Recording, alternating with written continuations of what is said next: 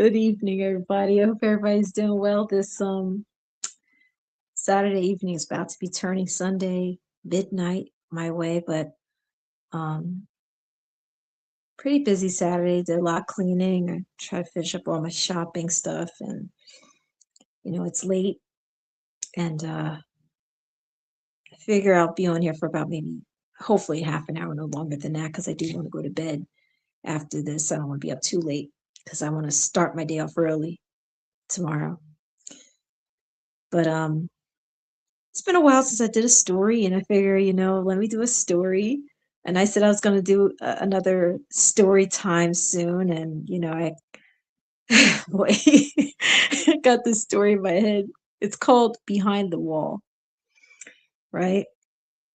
And my mind can go in very kooky places when I go tell stories, but so I tried to keep it as clean as I can, but it's supposed to be kind of suspenseful, this one here. I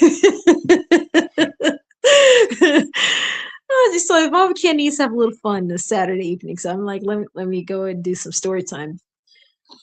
Let me drink down this water first, and I want to get a glass of wine too. Mm.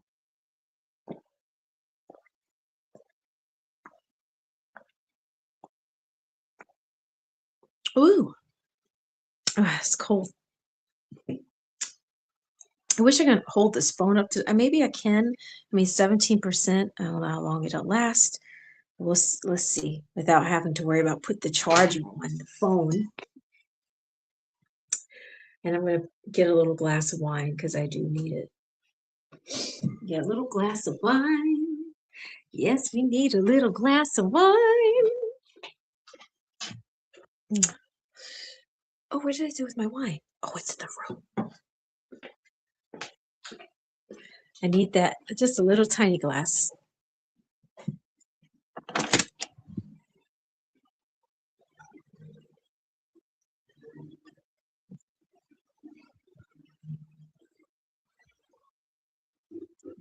Okay. All right, so I'm gonna put some wine inside this glass, and we're gonna do story time. So the story is going to be called Behind the Wall. Let me sure I don't put too much wine in here. I don't want too much wine. That's good right there. That's about like 5 ounces, 4 to 5 ounces right there. I only use my little tiny glass now. That's it. That's all I can have.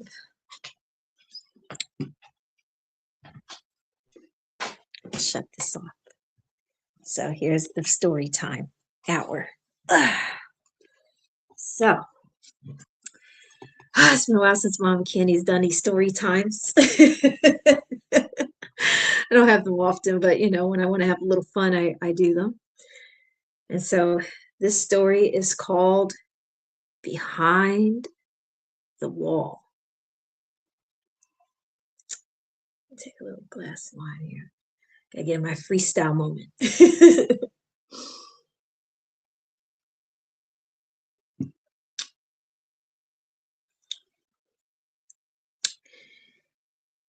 In the middle of mid-morning, there stood a cottage, a house in the middle of nowhere. There was trees, the moon shining upon the roof, the sounds of echoes and wolves, coyotes, and owls, crickets behind the doors. Within the home, there was silence, and all the lights were turned off. All you can hear was the sounds of drips coming from the sink. Just then, 25-year-old Bethany woke up gasping for air.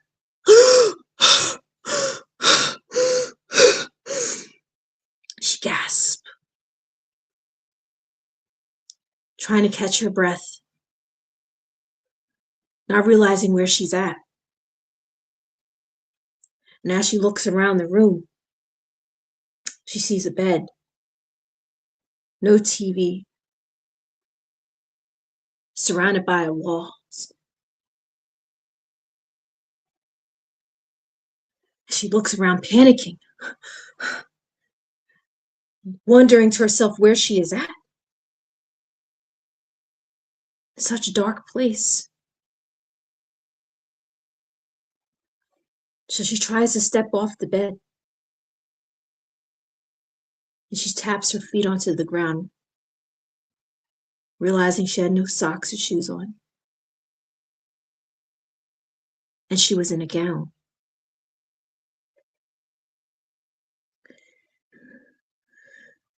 She pants as she tries to look for the front door, tiptoeing her way through the door. And as she went near the door, she puts her ear towards the door to listen in, hearing nothing but silence. So Bethany goes, she tries to turn the door knob to the left slowly, trying to keep quiet, trying to make sure she doesn't make a sound. And as she creeps the door open, it makes a slight crack.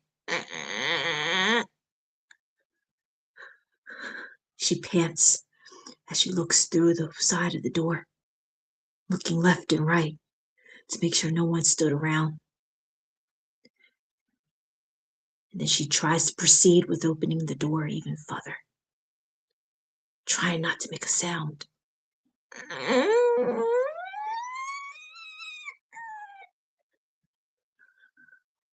Bethany looks both ways, looking to see if she sees anyone, trying to hold her mouth, trying not to make a sound. She gulps the spit down her throat as she looks at the front door, trying to dodge out. She looks to the right of her down the long hallway, as there was no lights and it was just pure dark. So Bethany tiptoes to the front,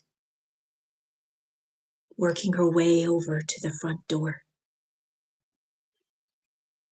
And as she tapped her left foot slowly, she heard a creak to the ground. Bethany stops, looking around, making sure she's not making a sound.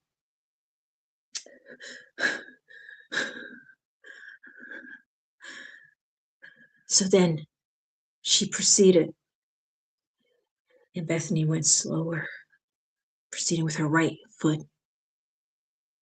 And as she got closer to the door, she tiptoes quickly, trying to look for the doorknob, afraid to turn the lights on, afraid to get the attention of anyone. She gulps her throat as she looks at the door, trying to turn the doorknob. Realize that the door knob couldn't open. Bethany looks for locks, searching her way, feeling around the door as she realized there was no locks on the door. Where is it? Where is it? She says to herself. But there was no locks on the door. There was no deadbolt locks or latches to unlock. So she looks around, looking for the nearby object to see if she can just bang that door open.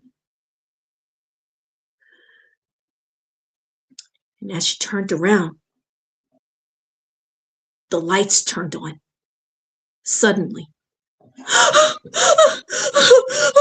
She starts to panic as she's noticed all the lights started to turn on all in the house.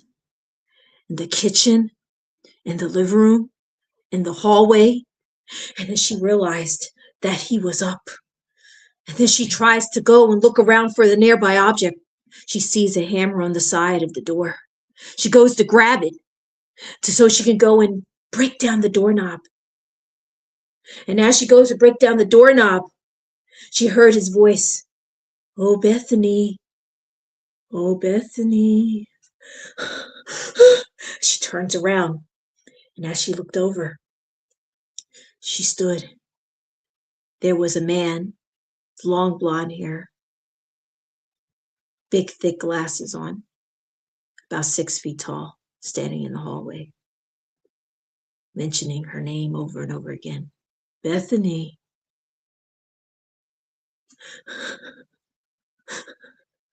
She stood there in fright.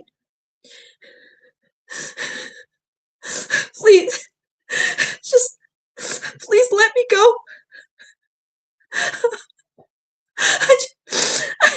I just want to go home. Bethany's in fright with the hammer up in her hand. Oh, Bethany, you know that's not possible. Please. Please, I promise I won't tell anybody. I won't tell the police. Just please let me out. Bethany cries in desperate pain, in misery, and sorrow, wanting to escape while she held the hammer up in her head. But then the man looked at her and he started walking towards her closely with no words, just coming up, creeping up towards her every inch a minute. Stay back! Stay back, or I swear I'll hit you with this fucking hammer. Stay back from me. Get back! And every time she yelled, the closer he just kept getting to her. Stay back! And she tries to hit. But every time she tries to hit, he just kept going closer and closer. And then he stops. Oh, Bethany, do you really think that I would hurt you? Bethany, I will never hurt you. Now here, give me the hammer. And as he tries to act, you stay away from me. I swear to gosh, I will break your head in. She yells at him. Bethany, now put that hammer down. And as Bethany tries to look at him to dodge over for his head, the man went and pressed over a button near the side of his wall. And then there's some cord came out and she trips. And she drops the hammer to the ground. And she just tries getting out of this man's hand. But he tries to lift her up through her throat and slams her to the wall. Now, Bethany, you're going to listen to me, all right? You've tried this over 5 times. Please let me go, she cries. I can't let you go, Bethany. You have to understand now.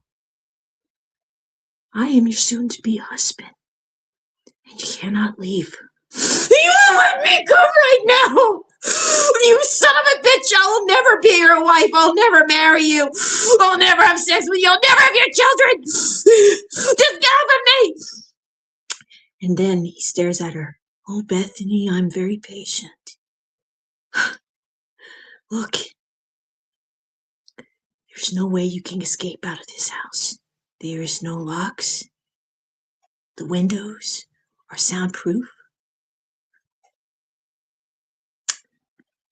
There's not even a latch to the door. You don't even know the passcode. Only I have it. And there's no way out. Now look, this is your life now. So either you comply or be miserable. Which one do you want? She cries as he has her hands near her throat.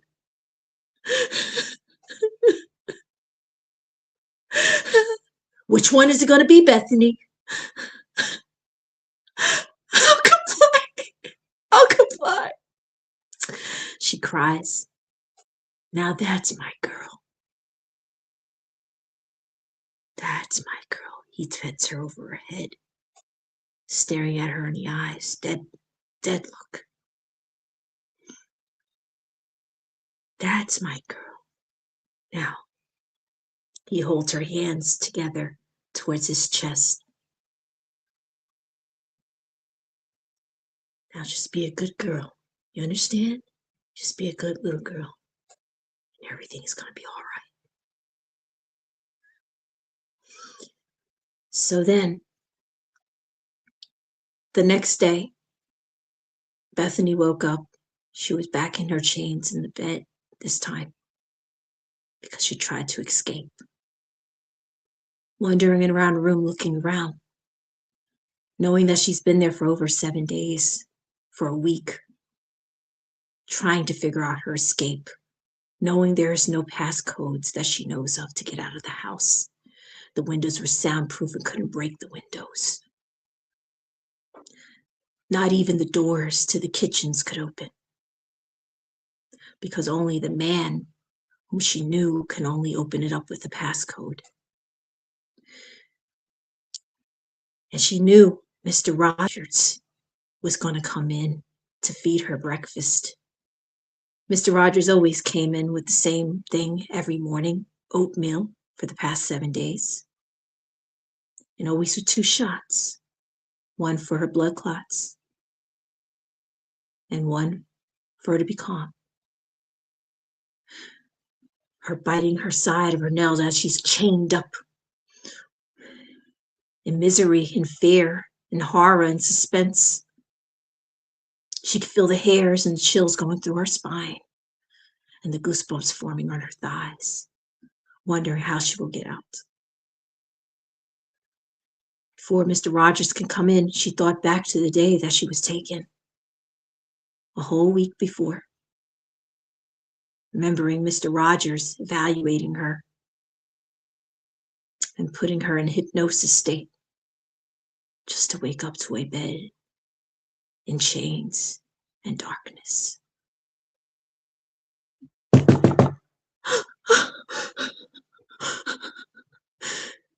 Mr. Rogers opens the door. Good morning, sunshine. Have your breakfast. He goes over and he puts over the tray onto the table next to her. As she looks over, frightened, disturbed, and disgusted, and just so resentful, angry that he would do this to her. All right now, let's try this again. You're not going to spit it back at me again, are you? She looks at him with such disgust, just nodding her head back and forth, no. So Mr. Roger goes and he tries to feed her the oatmeal, slowly. And as he fed her, he began to speak to her.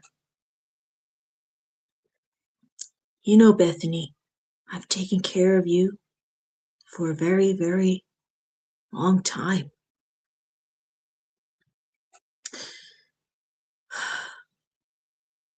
You were one of my most difficult patients.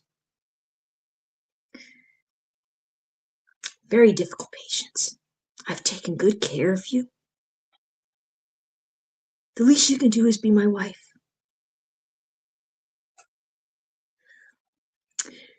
And then as he puts down this plate of oatmeal, he looks over at her. When are you going to give me a chance, Bethany? And Bethany looks over at him. Why me? Why me?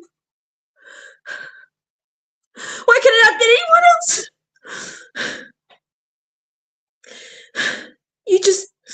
Why me? Why do you want to torture me like this? Aren't you a doctor? Aren't doctors supposed to do no harm?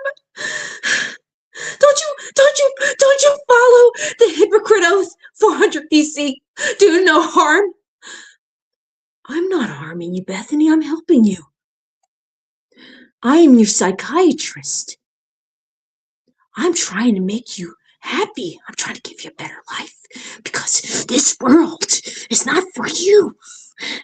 And as he grabbed her, she just started getting frightened, believing he was going to hurt her. Oh, Bethany, I wouldn't hurt you. You don't think I would do such a thing.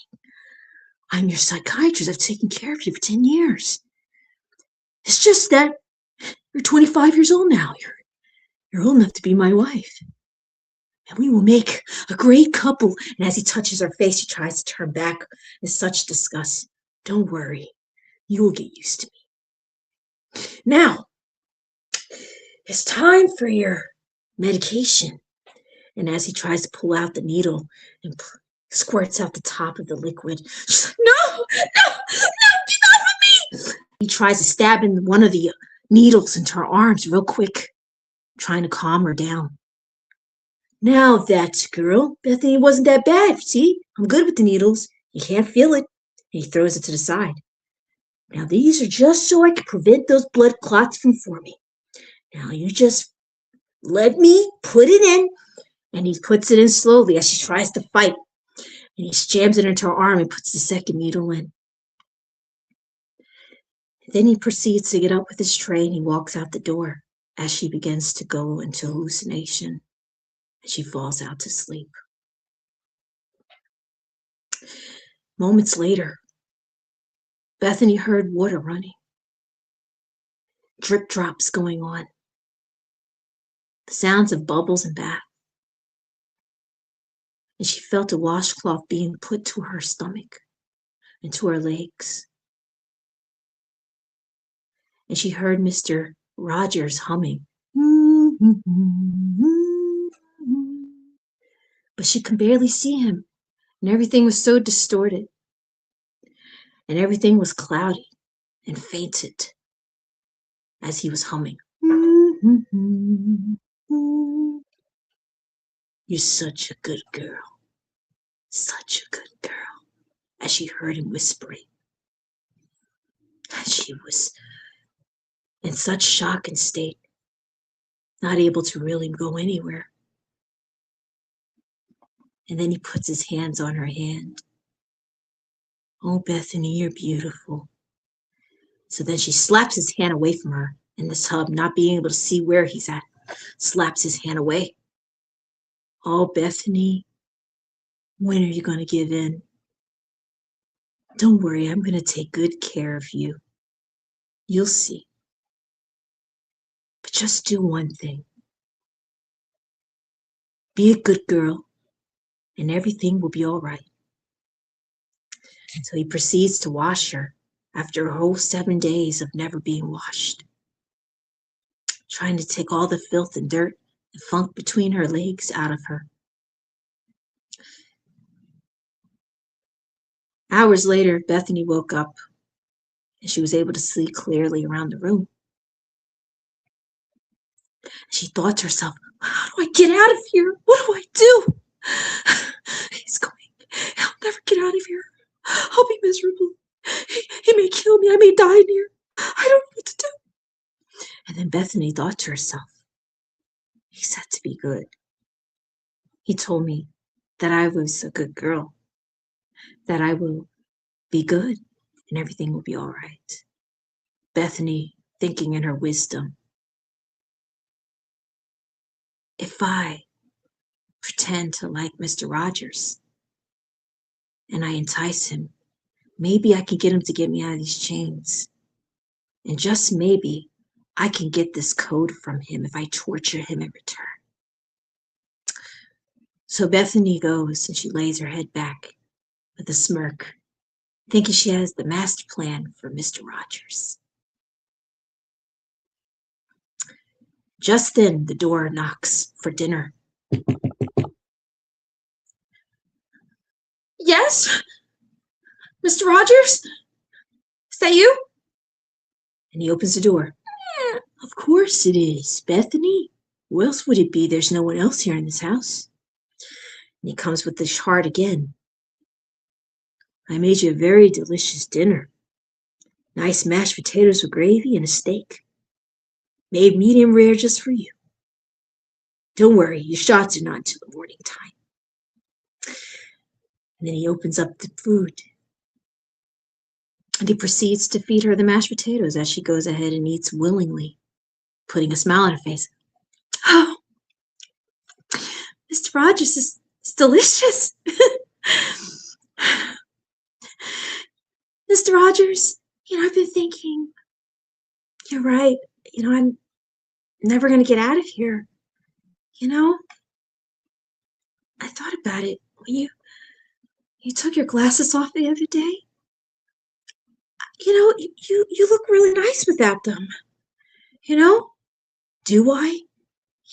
Yes, Mr. Rogers. You look really good without your glasses. Feed me some more of the steak and mashed potatoes is really good. So she goes eating more of the steak and the mashed potatoes as Mr. Roger takes his glasses off, all happy. Well, you made me feel very special today, Bethany. See, I told you, you know, things will get better if you be a good girl. And he keeps feeding her the mashed potatoes. Maybe then you won't have to worry about taking any more meds. I'll just give you the medications for the blood clots.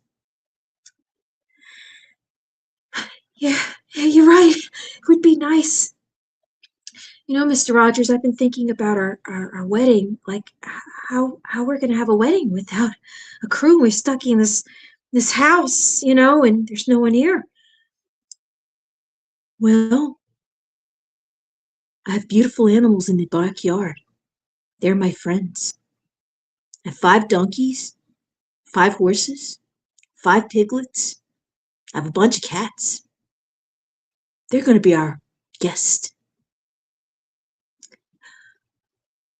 Oh, well, okay, Mr. Rogers. When is the wedding gonna happen? As soon as you sleep with me. The wedding will happen. Whenever you want. Okay. That sounds great, Mr. Rogers. You do look good without your glasses. The day we consummate the marriage, I don't want you to wear those glasses on. Of course not. That's why I have them off now. Just so that way I can make you feel even much more good. He touches her face all softly, gently, as she just sits there in such disgust, trying to put on this fake smile and this facade mask that she was enjoying his presence. Mr. Rogers, that's so good. You're making me feel really good. So then Mr. Rogers, after he finished feeding her, he picked up the tray and he looks at her. He says, I'll be right back. So as he closes the door, she thinks to herself, what do I do? I gotta keep playing along. I can't let him know that I'm trying to escape. I have to make him think I want him, that I want to excite him. I must gain his trust. So then Mr. Roger comes back in. And he was dressed differently, with a robe on and no underwear. So Mr. Roger turns over to her. He looks at her. So Bethany, you say you like me without the glasses on, right? Yeah, it looks nice. You look beautiful. You look handsome. You're making me very hot. That's great, Bethany, because you're making me hot too. And so he opens up his robe and he had nothing on. And as Bethany's eyes were just so stunned, gulping her throat, not very prepared for this act that she was going to do. I mean, Mr. Rogers, before we do this, can I confess something to you? Of course, Bethany, as he's getting on top of the bed slowly. I had sex before with one man in the past.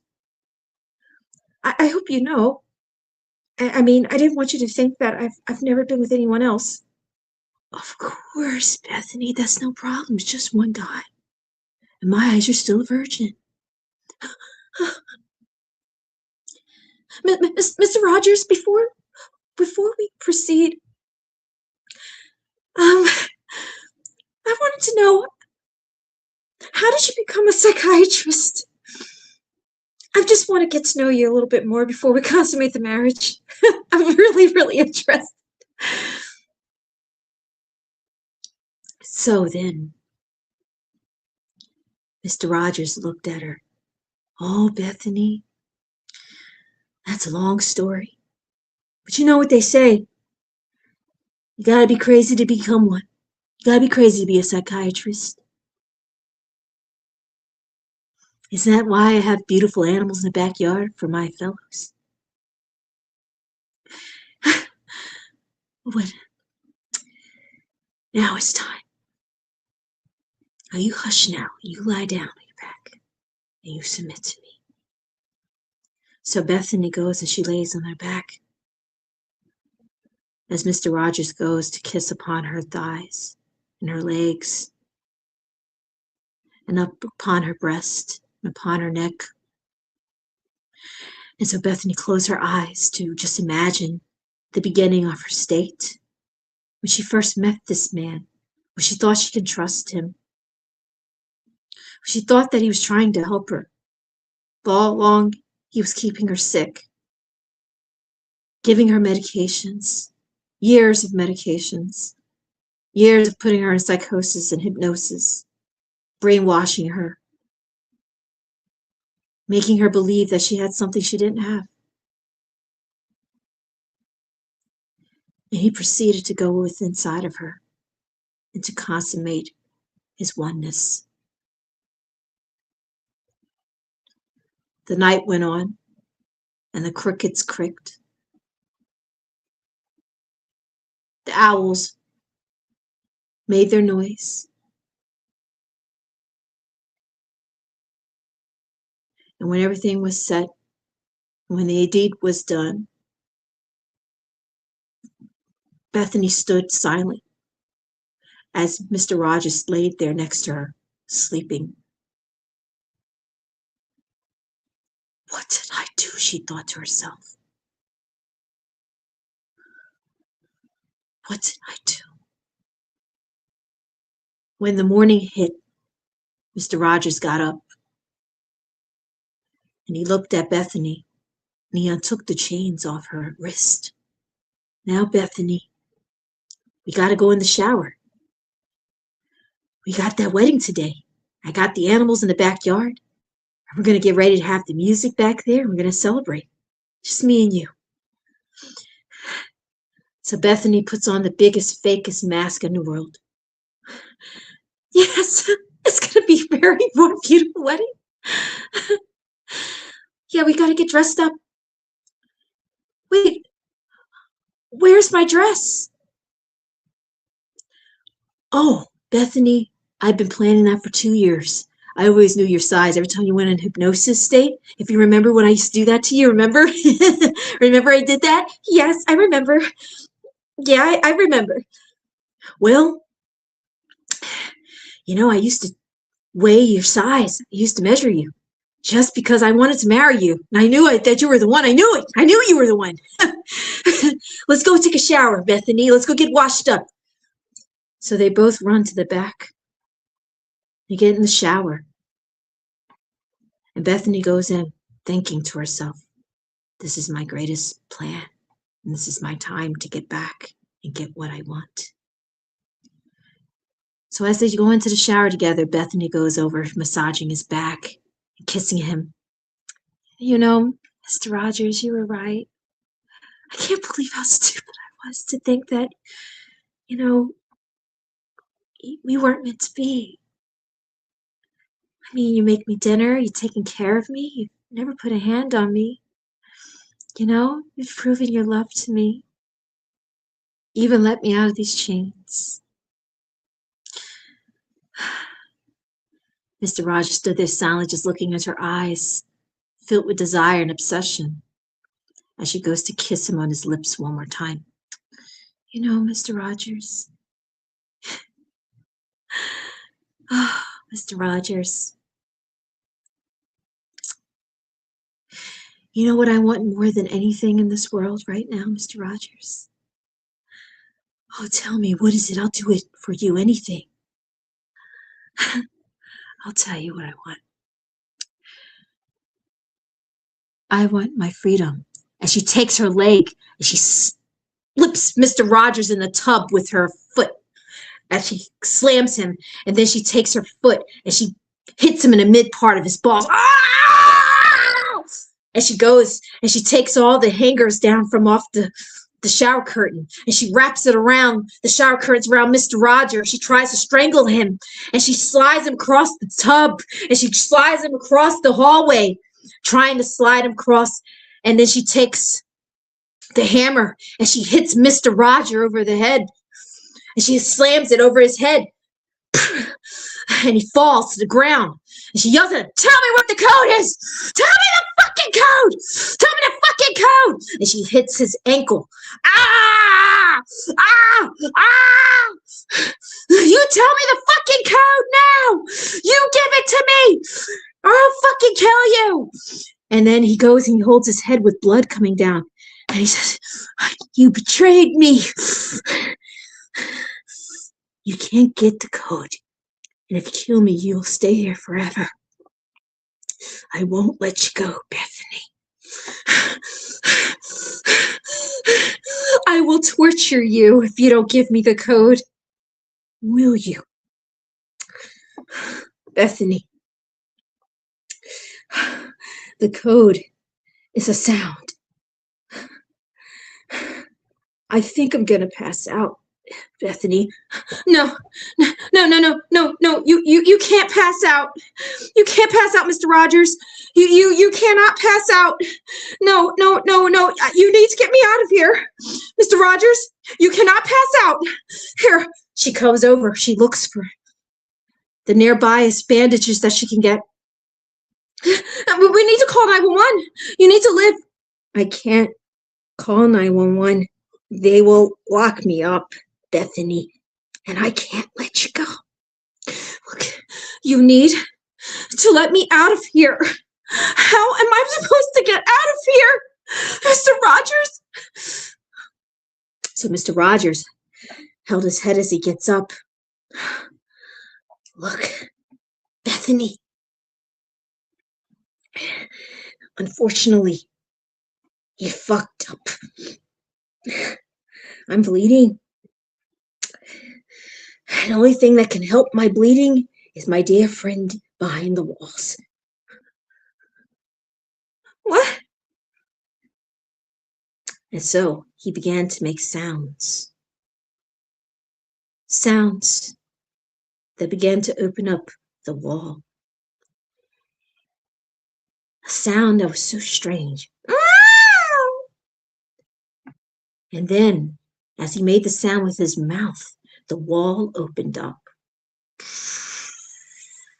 What the fuck is going on around here? What are you doing? You're like the others, Bethany. They never listen to me. I tell them, just be a good girl and everything's fine. But now I have no choice but to put you behind the walls. One way or another, you'll escape. My old career as a psychiatrist would be over. And if I die, you'll be here alone forever. But don't worry, you'll join the rest and you won't be so lonely behind the walls. My 2 robots will take good care of you. What? What are you talking about? And then she turned around, and as Bethany turned, there was 2 robots rolling on wheels, 4 wheels, rolling out of the walls. And they both had claws for hands, and they both had wigs on, and they had metal pieces for faces and red eyes. And Mr. Rogers desperately told them to grab Bethany and to put her behind the walls because they had no choice. He knew he couldn't trust her, and there was no way that she could ever be his wife, nor could he ever let her go, nor could he die and leave her there. So then one of the robots came and grabbed her by 2 arms. Ah! Get out of me! Ah! And they took a gauze and put it towards her mouth. And then they lift her up, and then they rolled her on wheels, and they rolled her real fast into the walls, and then the walls closed up. And then he heard her screaming and echoing.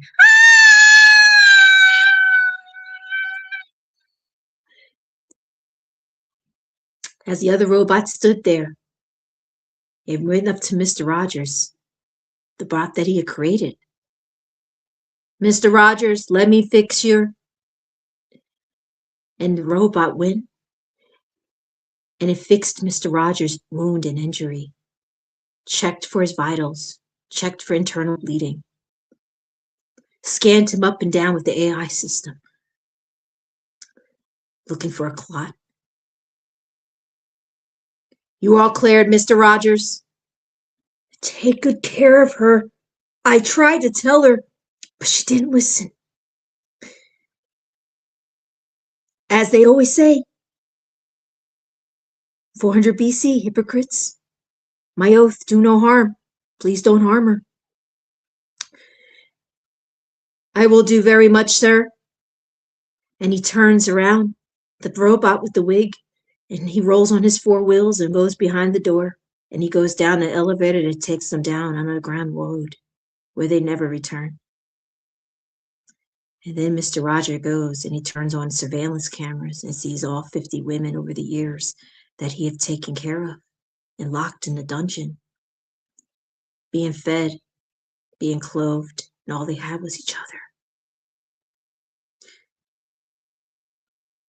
And then a telephone rings.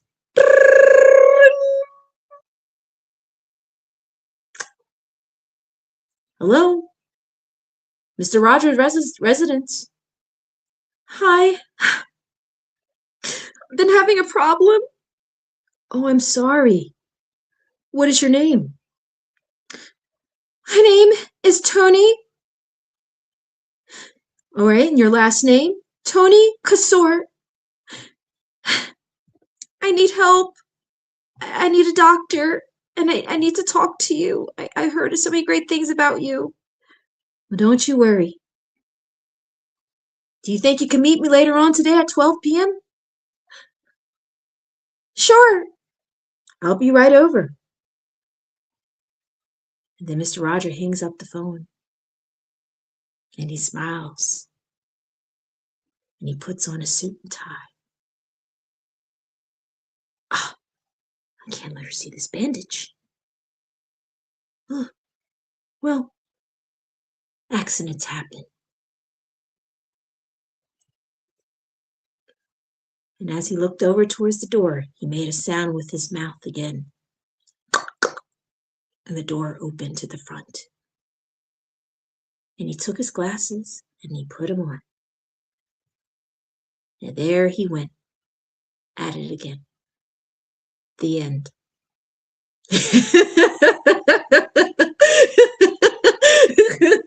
And that is my story behind the walls.